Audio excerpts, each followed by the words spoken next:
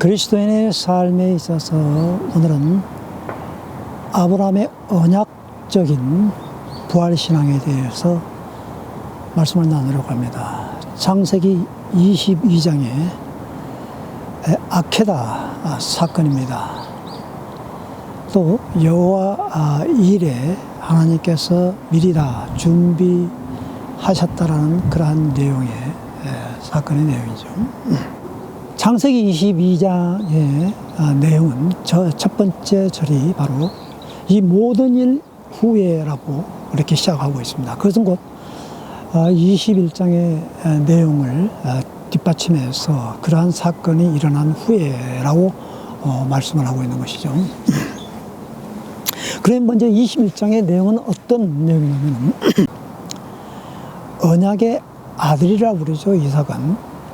이삭이 태어나고 나서 늙음하게 태어난 아들입니다. 아브라함이 100살이 되어졌고 사라가 90살 되어진 그 해에 태어난 아들이 바로 이삭인데, 이제 그 젖먹이 젖되는 날 아브라함은 성대한 잔치를 베풀어줬죠. 그 이스마엘이라고 종의 아들 하갈, 애굽인의 여종 하갈, 사라의 여종이죠. 하갈로 태어난 그 이스마엘이 14살 차이죠. 그 이스마엘이 자기가 대신 그 모든 기업을 이어받아야 되는데, 이삭이 태어남으로 인하여서 이제 자기의 모든 소유권과 이제 재산권이 이제 이삭으로 향하는, 넘어가게 되어지는 그러한 것을 어떻게 보면 안 좋게 보았던 것이죠. 그래서 하갈과 이스마엘은 그 이삭을 조롱하게 되어졌다라는 말이 21장에 나옵니다. 사라는 그 이스마엘과 하갈을 쫓아내어지는 그러한 장면이 나옵니다. 먼저 아브라함은 75살에 부르심을 받았죠. 그래서 내 고향, 내 친척을 떠나서 갈대아 우를 떠나라 그랬습니다. 그리고 하나님께서 그 아브라함에게 내 씨로 말미암아 열방이 돌아오게 되어진다는 그 후손의 그 땅을 차지하고 후손에 대한 놀라운 축복을 해 주었습니다. 그런데 아무런 자손이 없었던 것이죠. 그래서 아브라함이 86살에 이스마엘을 낳았습니다.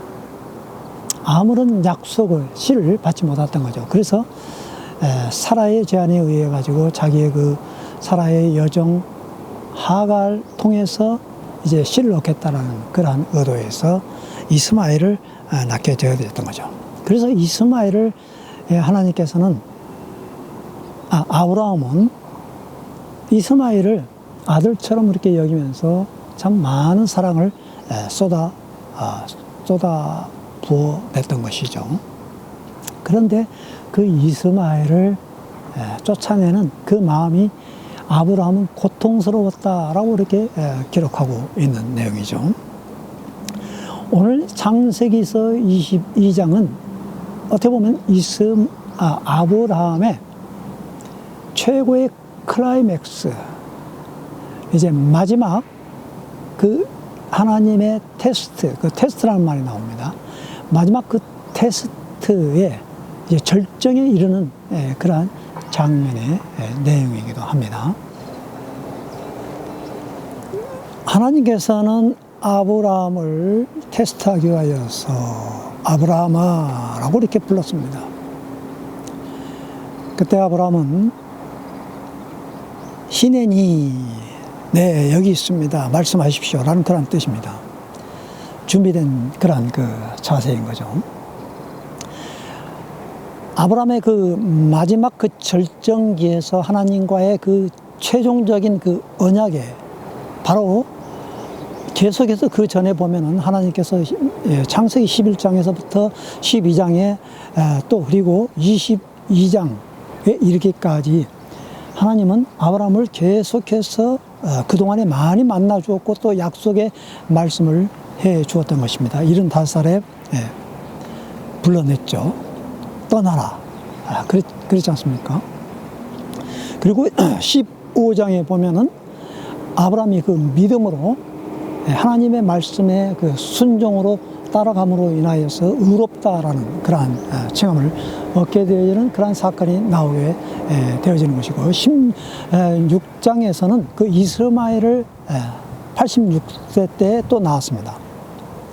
86세 때 이스마엘을 낳고 나서 또 아무런 그러한 그 내용이 없습니다. 그리고 17장에서 보면 이제 다시 새로운 그 언약을, 할례에 대한 그 언약을 베푼 것이 나옵니다. 새로운 또 언약을 아브라함과 맺은 그러한 장면이 나오게 되어지죠. 그러니까 13년의 그 공백이 이어졌던 것을 볼 수가 있는 것이죠.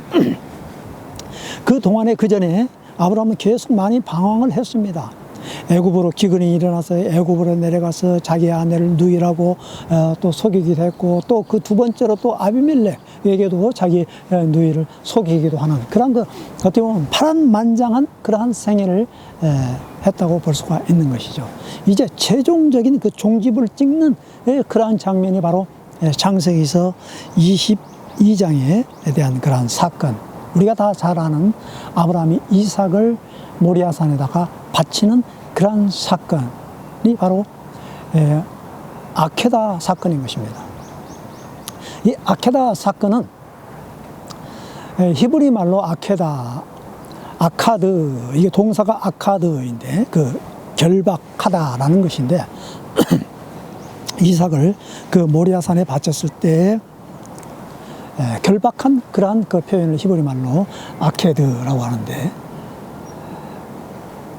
신구약 성경에서 그 아케다, 아케드라는 말이 딱 그 한 구절 나온다고 합니다. 그렇기 때문에 그 아케다 사건은 바로 곧 아브라함이 이삭을 드린 그러한 사건을 말하고 있는 것입니다. 아케다 사건은 바로 아브라함이 이삭을 모리아산에서 바치는 그런 장면입니다.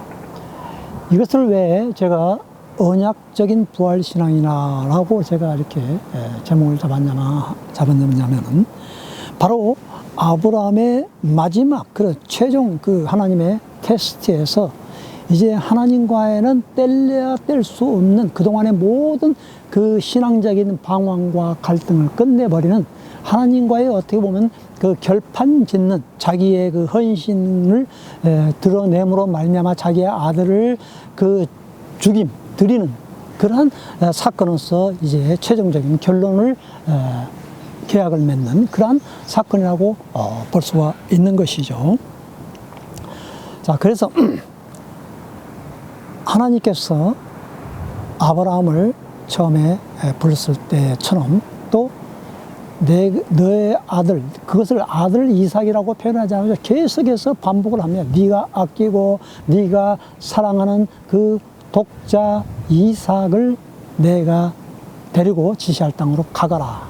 그곳에서 내가 지시할 곳에서 번제로 드리라. 그렇게 말하고 있습니다. 어떻게 사람을 번제로 드리겠습니까? 자, 그런데 그 번제라는 것은 인신제사라고 말하죠. 그 당시에 그 몰렉, 이방신, 그 아브라함이 거주하고 있는 그 가나안 땅에 그 이방신이 그 드리는 그 몰렉에게 드리는 그러한 그 인신제사법이 그 당시에 유행했다고 합니다. 그러니까 그 당시 그 방법으로 너도 그거 보았지 않느냐, 이상하지 않느냐, 그 헌신의 표시로서 한번 드려봐라. 하나님께서 테스트하는 것이죠. 하나님은 무자비하신 그러한 그 잔인한 그 이방신처럼 그런 하나님이 아니시라는 것입니다. 어떻게 사람을 제사로 드리라고 하겠습니까? 하나님 그 테스트의 목적은 하나님 자신을 그 아브라함에게 이제 어떤 그 구원의 하나님으로서 그 표시하고 있는가라는 것을 말해주고 있는 것이죠. 아브라함은 그 하나님의 명령 말씀을 듣고 그 다음날 아침 일찍이 일어나서 이제 떠날 채비를 하게 됩니다. 아내 사라도 있었을 것입니다. 아내 사라에게 이제 그 3일길 아닙니까? 그 여행길이. 어떻게 하나님께서는 또 그 가까운 곳에다가 가까운 곳을 정하지 아니하고 왜 또 그 브엘셀바에서 그 모리아 산까지, 모리아까지, 그것은 예루살렘 성전을 있는 곳이라고 의미하고 있는데 3일 사흘 길입니다. 걸어서. 그러니까 79km인데 걸어서 나귀를 타고 이제 그 젊은 두 종과 함께 떠나지 않습니까? 아내에게 전혀 그 이야기를 하지 않았다고 봐야 되는 것이죠. 아마 그 아내와 그 상의를 했다면은 사라가 그 늙음하게 그렇게 애지중지하면서 사랑했던 그 아들을, 이삭을 어떻게 드릴 수가 있겠습니까? 바칠 수가 있겠습니까? 막았겠죠. 그렇기 때문에 아침 일찍이 그 3일간의 그 여행 채비를 하게 되어지는 것이죠. 나귀에다가 안장을 채우고 말이죠. 또 그 번제에 쓸 나무 장작을 다 준비합니다. 그리고 부싯돌, 칼, 불을 일으킬 수 있는 부싯돌, 그리고 재물을 잡을 수 있는 칼을 준비하고 아들 이삭과 함께 이제 길을 떠나게 됩니다. 사흘 길을 도착하고 나서 이제 하나님이 그 지시할 그 땅이 이제 보이게 되어지는 것이죠. 자, 그것에 산에 이제 오르기 전에 그 두 종, 젊은 그 두 종을 그 나귀와 함께 거기에 두면서 이제 번제에 쓸 장작나무를 이삭에게 지웁니다. 어깨에 지우고 자기는 이제 부싯돌과 칼을 쥐고 또 계속해서 이제 그 산을 올라갑니다. 그러면서 그 종들에게 이와 같이 말하죠. 여기에 기다리고 있으라. 이제 하나님께 예배하러 올라간다. 우리가 예배하러 올라간다. 다시 우리가 돌아오겠다. 그렇게 말하고 있는 것이죠. 거기에서 많은 사람들이 이제 그 부활신앙이라고 말을 하고 있죠. 우리가 다시 돌아오겠다. 어떻게 제사를 드리러 가는데 다시 또 돌아오겠냐라는 그런 그 말 속에서 아브라함은 그곳에서 벌써 부활신앙을 엿볼 수 있다라고 이렇게 우리는 엿볼 수가 있는 것이죠. 그리고 갈보리 산을 그 예수님께서 십자가에 그 지시고 올라가는 그 장면을 우리는 또 한번 연상해 볼 수가 있는 것이죠. 이삭이 그 짐을 자기를 태울 그 번제에 태울 쓸 장작을 지고 올라가게 되어지는 그러한 그 장면을 우리는 또 생각해 볼 수가 있는 것이죠.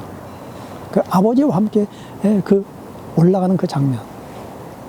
예수님께서 말없이 그 순종하는 자기를 지울 십자가를 지고 올라가는 그 장면. 어떻게 보면 그 대비가 되지 않습니까? 그래서 이삭이 묻습니다. 아버지, 부싯돌과 칼은 있는데 하나님 앞에 드려야 할 그 번제, 제물은 어린 양은 어디 있습니까? 그렇게 물으니까 아브라함은 내 아들아, 하나님께서 이미 준비해 놓으실 것이다. 그렇게 이야기를 하면서 올라갑니다.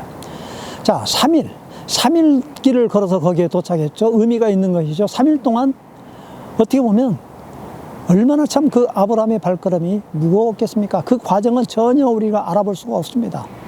어떻게 어떤 심정 전혀 표현이 되지 않죠.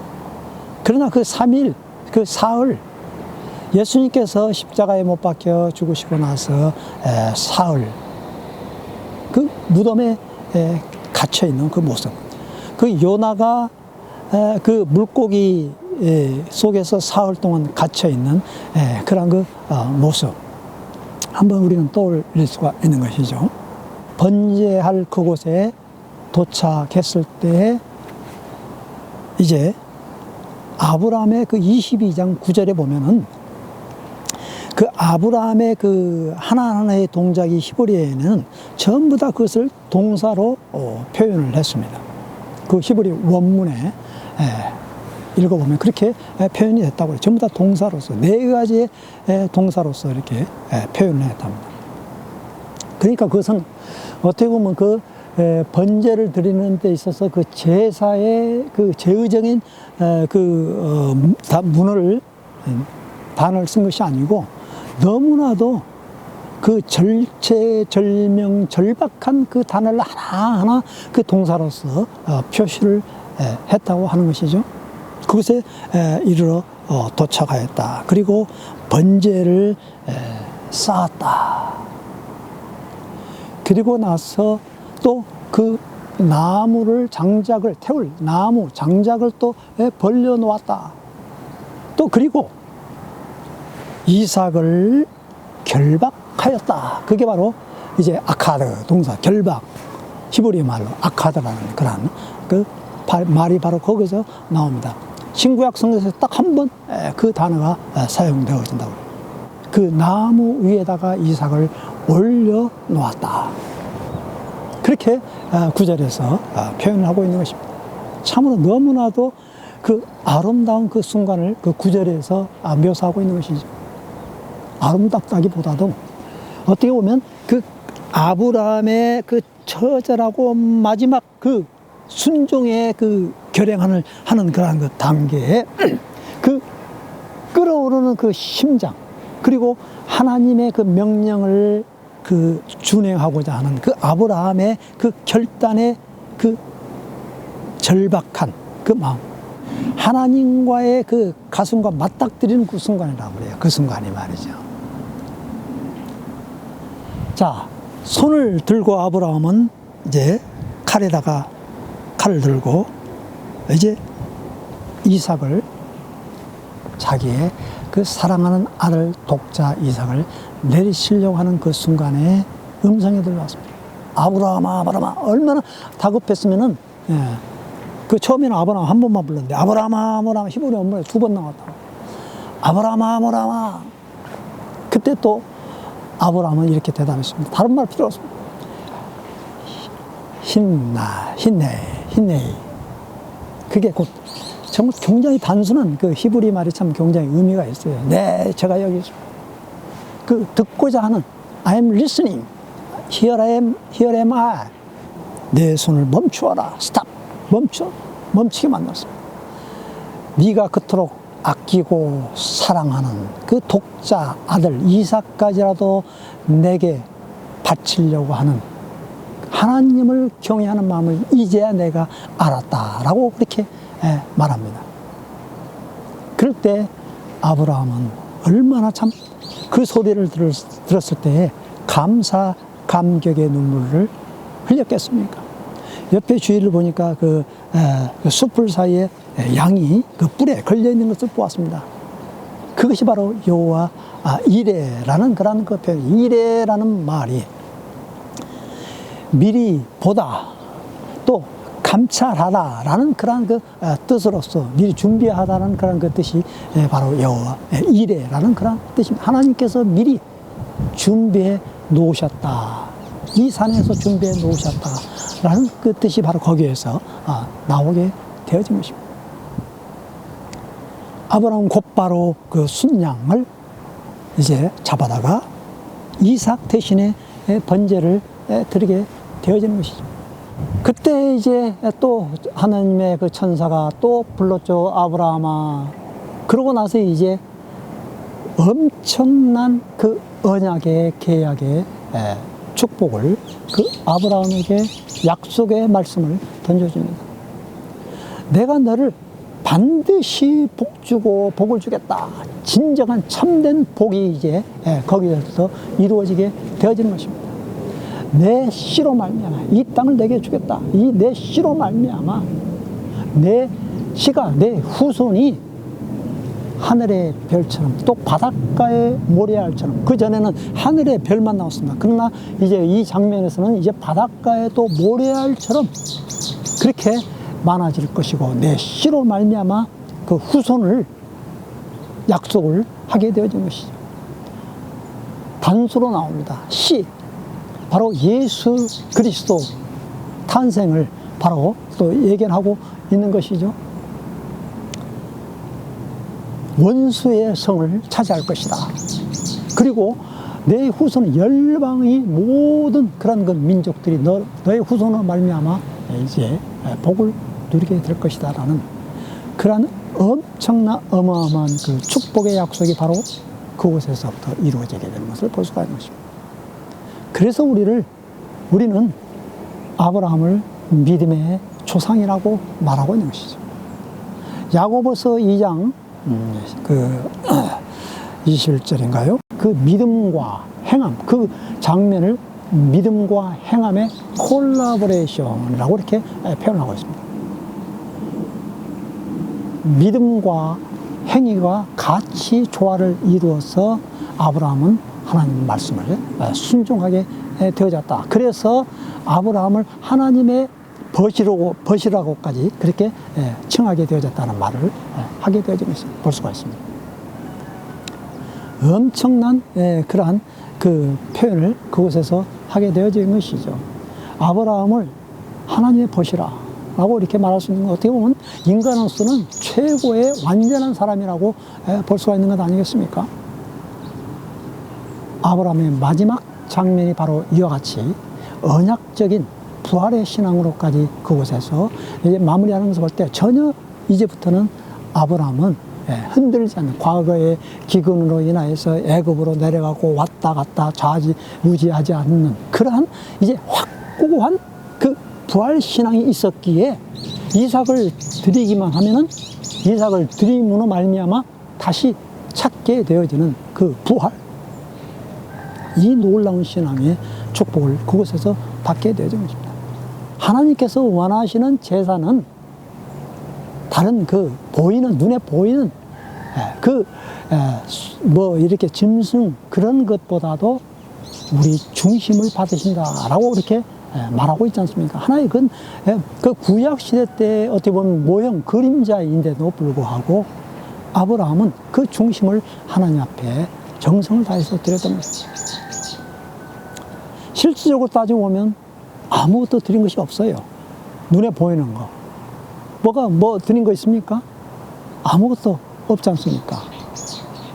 그러나 하나님은 아브라함의 그 마음을 받았다라는 것입니다. 그 중심을 받았다라는 것입니다. 이미 이삭은 그 번제단에서 불살라 죽었습니다.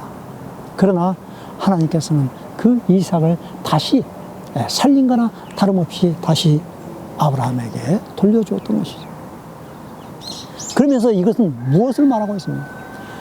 그곳에 이방 신들은 그러한 그 인신 제사를 원하는 그런 잔인한 그러한 잡신이 아니라 나는 그럼에도 불구하고 독생자 예수 그리스도를 아낌없이 너희들을 위하여서 내어주시는 그런 하나님이시다. 구원의 하나님이시라는 것을 바로 그것을 통해서 말씀을 하고 있다라는 것입니다. 오로지 우리의 마음과 우리의 중심이 얼마만큼 우리가 하나님 말씀에 순종하고 따르느냐, 그게 중요한 것입니다.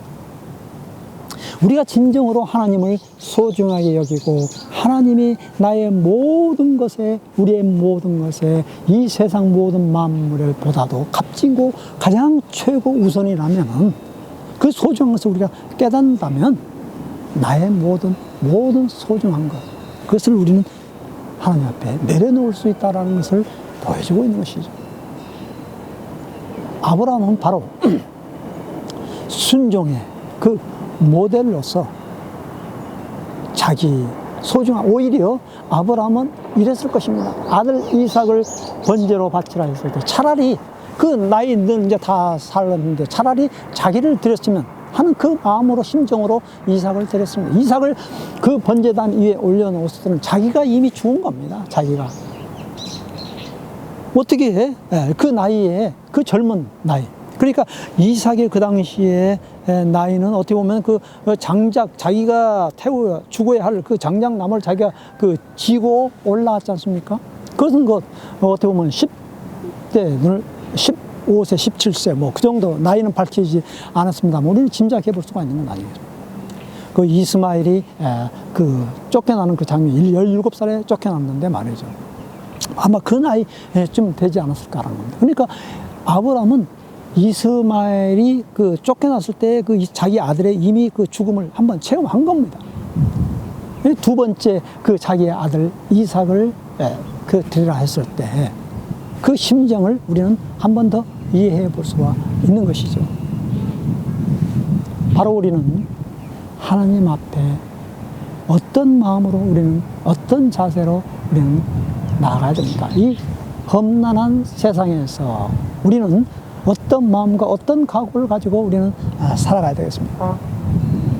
아브라함이 가지고 있는 그 언약적 부활신앙, 이것을 우리는 붙잡아야 된다는 이야기죠. 제가 지난주에 이야기했던 것처럼 베드로에게 부활하신 예수님께서 나타나서 네가 나를 사랑하느냐라고 물었을 때 네, 사랑합니다 라고 겸손한 마음으로 대답을 했을 때 양을 먹여라.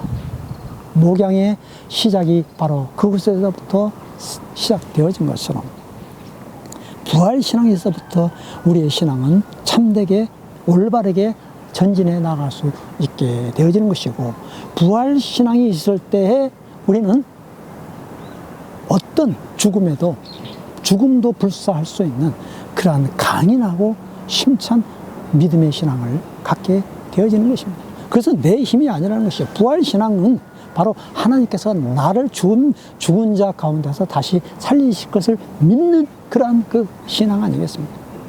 우리가 가지고 있는 것이 아무리 많은 재물이라고 또 권력이라 할지라도 하나님께서는 그걸 받으시겠습니까? 그보다도 중요한 것이 우리의 중심, 우리의 마음, 우리의 있는 그대로의 그 모습, 상한 심령, 우리 주님께서는 그걸 흠양하고 계신다라는 것입니다. 하나님께서는 우리에게 감당치 못할 시험당을 허락지 않는다고 했습니다. 시험 두 가지죠. 마귀가 주는 시험은 우리를 유혹하게 하는, 그러나 하나님께서 우리에게 주시는 시험은 우리를 축복해 주시기 위한 그러한 시험인 것입니다. 아브라함의 마지막 그 졸업고사 시험, 졸업시험에 통과했던 것처럼 우리가 이 험난한 세상에서 하나님께서 우리에게 주시는 이 마지막 시험에서 언약적인 그 부활신앙을 굳게 붙잡고 승리하며 나아갈 수 있는 우리 모두가 되어주시기를 간절히 주님의 이름으로 축원드립니다.